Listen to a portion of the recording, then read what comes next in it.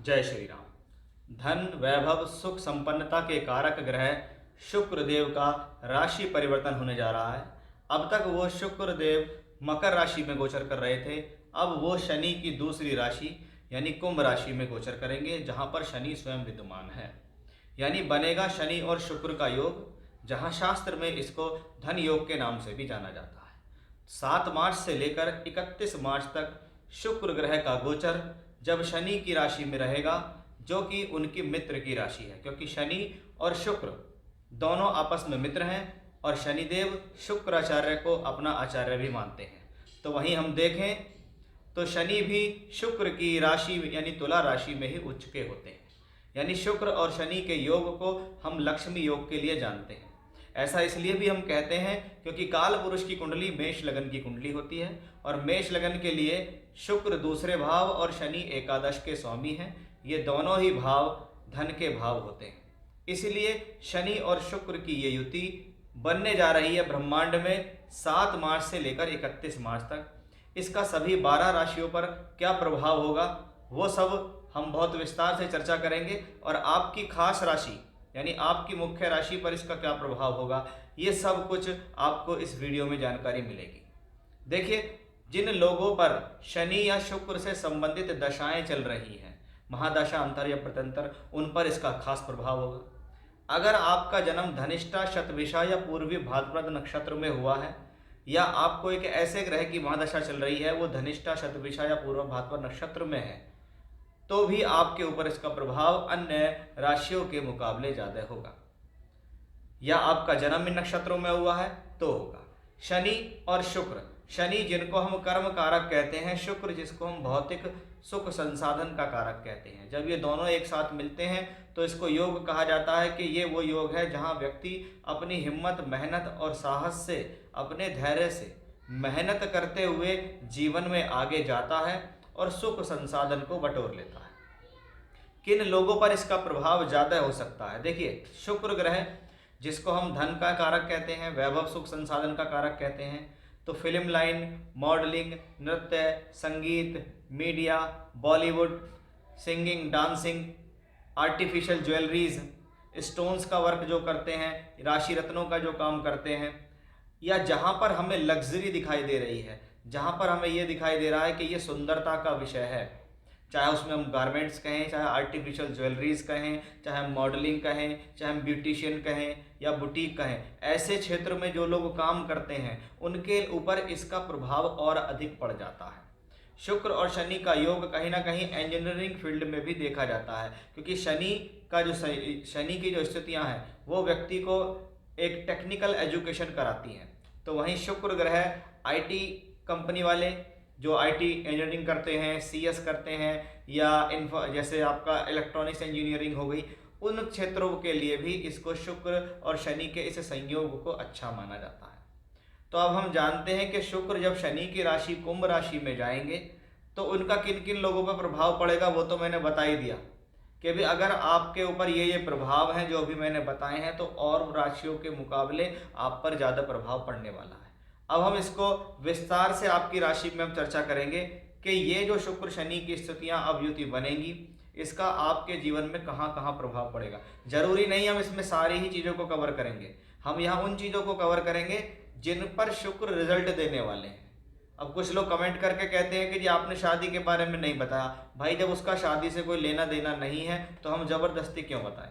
हम उसी को बताएंगे जहाँ से उसका एक्टिवेशन है, जहाँ से उसका संबंध बन रहा है। तो आइए शुरुआत करते हैं आज के इस विषय की और जानते हैं आपकी राशि पर शुक्र के इस गोचर का क्या प्रभाव होगा जब वो अपने मित्र शनि की राशि में गोचर करेंगे। देखते हैं आपकी राशि यानी मिथुन राशि के जातकों पर इसका क्या प्रभाव होगा। मिथुन राशि आपकी राशि के स्वामी बुध हैं और बुध का सीधा संबंध बुद्धि से है।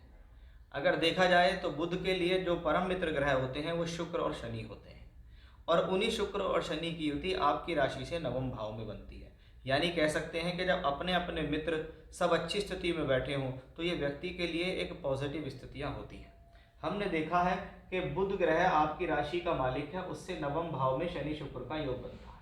अब ये शनि शुक्र का योग क्या है? पंचम और नवम के स्वामी या 1, 5, 9 के स्वामी आपस में राशि परिवर्तन करें, एक साथ बैठें, केंद्र और त्रिकोण में बैठें, तो इसको हम लक्ष्मी योग कहते हैं। और लक्ष्मी योग का सीधा संबंध क्या है? जहाँ सरस्वती है वहाँ लक्ष्मी है, यानी जहाँ बुद्धि है वहाँ धन है। और जब धन की बात आती है तो हम पंचम भाव को सबसे पहले लेते हैं कि आपने क्या किया, आपने क्या निर्णय लिए, आपने क्या बुद्धि लगाई, आपने क्या नॉलेज लगाई, आपने कौन सी शिक्षा की, आपने ऐसा क्या सीखा जिससे धन आया। धन आया का मतलब है फिफ्थ हाउस। फिफ्थ हाउस क्या है? शिक्षा, विद्या, बुद्धि, मंत्र सिद्धि, संतान प्राप्ति, लक्ष्मी योग पंचम भाव से आता है। जब पंचम का मालिक नवम में हो तो सीधा सीधा क्या कहते हैं? ये एक लक्ष्मी योग है।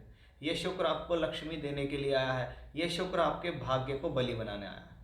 पंचम का मालिक यहाँ हो तो ये शिक्षा, विद्या, बुद्धि के लिए अच्छा, प्लस हायर एजुकेशन जो लोग कर रहे हैं, मास्टर्स डिग्री कर रहे हैं, रिसर्च कर रहे हैं, पीएचडी कर रहे हैं, उनके लिए शुभ बढ़िया हो गया। शिक्षा करने के लिए यात्रा करना, शिक्षा करने के लिए घर से दूर जाना या विदेश यात्रा करना भी इस शुक्र की बदौलत है। पंचम का मालिक नवम भाव में बैठा है तो संतान जिन लोगों की है, संतान का राइज ऐसे समय में होता है।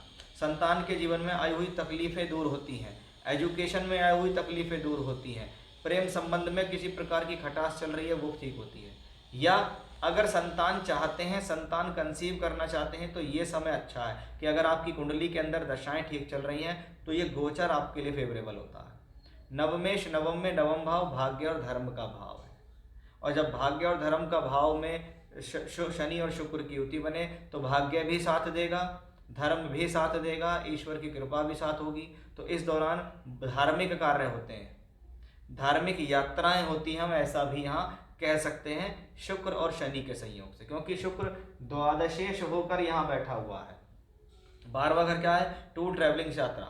इसलिए मैंने कहा था प्रोफेशनली यात्रा करेंगे तो फायदा, नौकरी के लिए यात्रा करेंगे तो फायदा, एजुकेशन के लिए यात्रा करेंगे तो फायदा। और यहाँ से शुक्र और शनि बैठकर कहाँ देखते हैं? थर्ड हाउस को। थर्ड हाउस शॉर्ट ट्रैवलिंग होती है कि जी इस दौरान मेरे जीवन में कुछ शॉर्ट ट्रैवलिंग अचानक से बनी, मुझे लगातार आना जाना पड़ा, लेकिन उससे मुझे फ़ायदा बहुत हुआ, क्योंकि इस ग्रह का जो संबंध है वो किसी भी प्रकार से दूषित नहीं है। जब दूषित नहीं है तो पंचम नवम के स्वामी एक साथ बने तो इसको हम लक्ष्मी योग कहते हैं। और वे लक्ष्मी योग जब 9th हाउस में बने तो कहते हैं ईश्वर की कृपा से आपको धन मिलना, क्योंकि ये दशम भाव कार्य कर्म कार्य क्षेत्र का है, इससे 12वें घर में बन रहा है ये। इसलिए प्रोफेशनली इस दौरान की गई यात्राएं, एक्सपोर्ट इंपोर्ट या दूर स्थान से रुककर काम करना या विदेश जाने का मौका बनना भी ऐसी स्थितियों में बहुत बहुत लाभान्वित होता है। यानी हम कह सकते हैं कि शुक्र और शनि का ये संयोग, शुक्र पंचम द्वादश के स्वामी, शुक्र नवम में बैठे हैं, शनि की राशि में बैठे हैं, बहुत ज़्यादा बेहतर, बहुत ज़्यादा खास है। साथ ही साथ जितने भी प्रोफेशन मैंने आपको इंट्रोडक्शन में बताए हैं, अगर आपका काम उनसे संबंधित कुछ भी है तो आप समझ लीजिए आपके लिए एक सुनहरा समय आने वाला है, इंतजार कर रहा है। आपको अपने कार्य पे फोकस करना है और जीवन में आगे बढ़ना है। यानी मिथुन राशि के जातकों के लिए एक बेहतर स्थिति हम इस गोचर के कारण कह सकते हैं। जय श्री राम।